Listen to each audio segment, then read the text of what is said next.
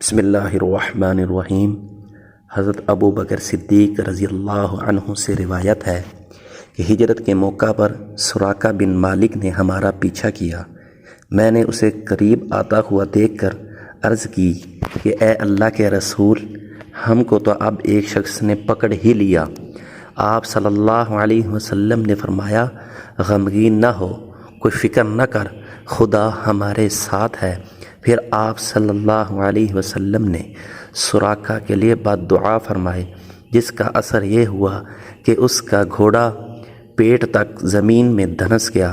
سراقہ نے کہا، مجھے ایسا معلوم ہوتا ہے کہ تم دونوں ساتھیوں نے میرے اوپر بد دعا کی ہے۔ اب دعا کر دو کہ میں اس مصیبت سے نجات پا جاؤں، اور میں قسم کھاتا ہوں کہ تمہاری تلاش میں جو کوئی نکلا ہوگا اس کو میں واپس بھیج دوں گا۔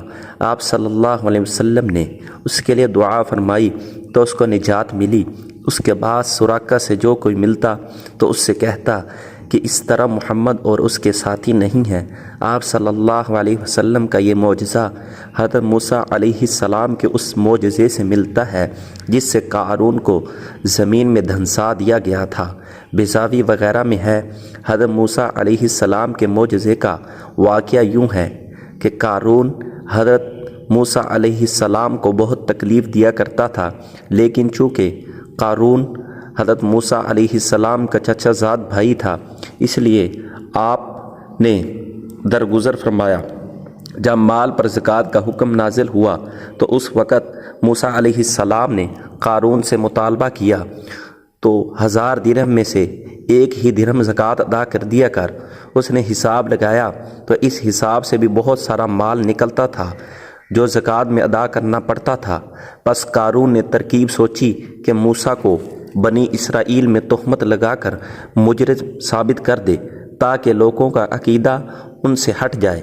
چنانچہ اس نے بہت سارا مال دے کر ایک فاحشہ عورت کو بدکاری کے لیے تہمت کے لیے تیار کیا۔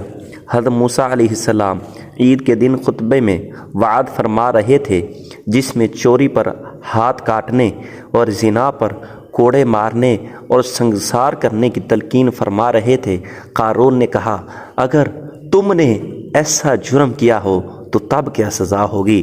موسیٰ علیہ السلام نے فرمایا، مجھ کو بھی یہی سزا ملنی چاہیے۔ تب قارون نے کہا کہ بنی اسرائیل کی فلاں عورت کے ساتھ تمہاری بدکاری کا چرچا ہے۔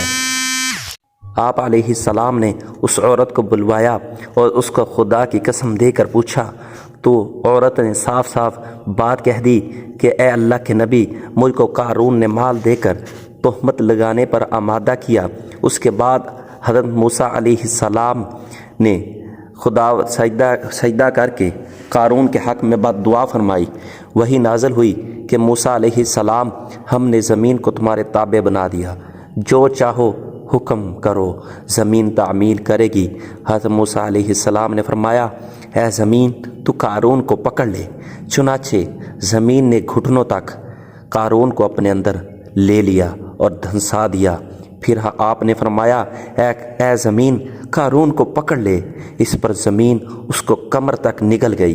پھر آپ علیہ السلام نے فرمایا، اے زمین اس کو پکڑ لے۔ اب زمین اس کو گردن تک نگل گئی۔ آپ نے فرمایا، اے زمین اسے پکڑ لے۔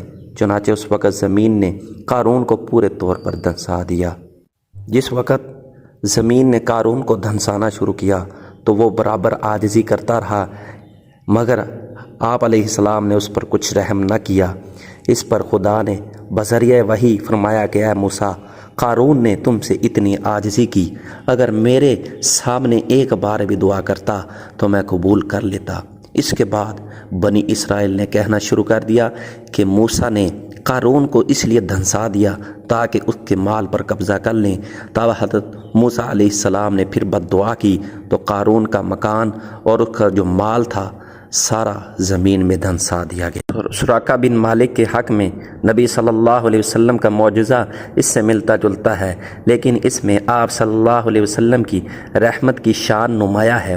سراقہ نے جب آپ صلی اللہ علیہ وسلم سے عاجزی کی تو آپ صلی اللہ علیہ وسلم نے اس پر رحم فرمایا، بلکہ یہاں تک ہوا کہ ہمیشہ کے لیے سراقہ کے حق میں امن کا پروانہ لکھ دیا گیا اور یہ بشارت بھی دی کہ کسریٰ کے کنگن ایک دن تیرے ہاتھوں میں ہوں گے، اس وقت تیرا کیا حال ہوگا۔ چنانچہ یہ پیشن گوئی بھی پوری ہوئی اور فارس کے فتح ہونے کے بعد کسریٰ کے ہاتھوں کے کنگن سراقہ کو پہنائے گئے، جیسا کہ صحیح بخاری میں مذکور ہے۔ لیکن حضرت موسیٰ علیہ السلام نے قارون کی عاجزی پر کوئی توجہ نہ دی۔ رحمت للعالمین کے معجزے میں حضرت موسیٰ کے اعجاز رحمت اور بخشش کی زیادتی موجود ہے۔ واللہ